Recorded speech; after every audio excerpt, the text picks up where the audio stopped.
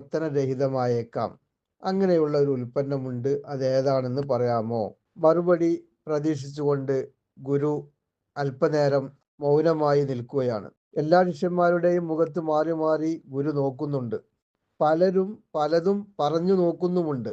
ചിലരൊക്കെ വലിയ പ്രതീക്ഷയോടെ വാങ്ങി പെട്ടെന്ന് കേടുവന്ന ചില വസ്തുക്കളുടെ ഉൽപ്പന്നങ്ങളുടെ പേര് പോലും പറഞ്ഞു നോക്കി. പക്ഷെ ആരും ശരിയുത്തരം പറയുന്നില്ല.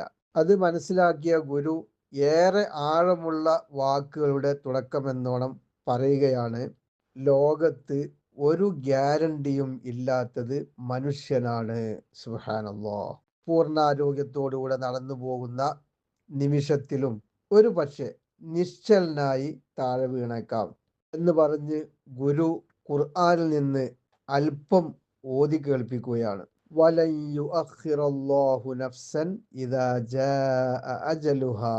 അഥവാ നിർണിതമായ കാലാവധി എത്തിയാൽ ഒരു ആത്മാവിനും അല്ലാഹു സുബ്ഹാനഹു വ തആല ലവലേശം പോലും കാലതാമസം നൽകുകയില്ല. അല്പനേരം കൊണ്ട് തന്നെ മരണത്തെക്കുറിച്ചുള്ള ചിന്തകൾ ശിഷ്യന്മാരെ ഗ്രസിക്കുകയാണ്.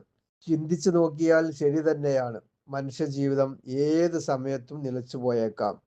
നല്ല ആരോഗ്യത്തോടെ രാത്രി ഭക്ഷണം കഴിച്ച് ഉറങ്ങാനായി കിടന്ന ആള് മരണത്തിന് കീഴടങ്ങി രാവിലെ ഉണരാതിരിക്കുന്നത്, സ്വന്തം കാലിൽ വീട്ടിൽ നിന്ന് നടന്നു നീങ്ങിയ ആള് അധികം വൈകാതെ ജീവനറ്റ് വീണ് താങ്ങിയെടുത്ത് തിരിച്ചു കൊണ്ടുവരുന്നത്, ഘോരഘോരം പ്രസംഗിച്ചു കൊണ്ടിരിക്കെ കുഴഞ്ഞു വീണ് കണ്ണുകൾ അടക്കുന്നത്, ഇങ്ങനെ എന്തെല്ലാം സംഭവങ്ങൾ ദിവസം തോറും നാം കണ്ടും കേട്ടും അറിയുന്നു. ഭൂമിയിൽ ഇതുവരെ ജീവിച്ച ആരും തന്നെ ഇവിടെ ശാശ്വതമായി ബാക്കിയായിട്ടില്ല. സുബ്ഹാനല്ലാഹ്. അതുകൊണ്ട് തന്നെ നമ്മളും ഒരു ദിവസം പോകേണ്ടവരാണ്. അത് എപ്പോഴും ആവാം, ഏത് സമയത്തുമാവാം. പിന്നെ കൊണ്ടറിയും മുമ്പേ അത് കണ്ടറിഞ്ഞ് ആ അവസാന യാത്രക്കായി തയ്യാറെടുപ്പുകൾ നടത്താനാവണം നമ്മുടെ ശ്രദ്ധ. യഥാർത്ഥത്തിൽ അത്തരക്കാരെയാണ് നമുക്ക് സൂത്രശാലികളെന്നോ യഥാർത്ഥ ബുദ്ധിമാന്മാരെന്നോ വിളിക്കാൻ കഴിയുന്നത്.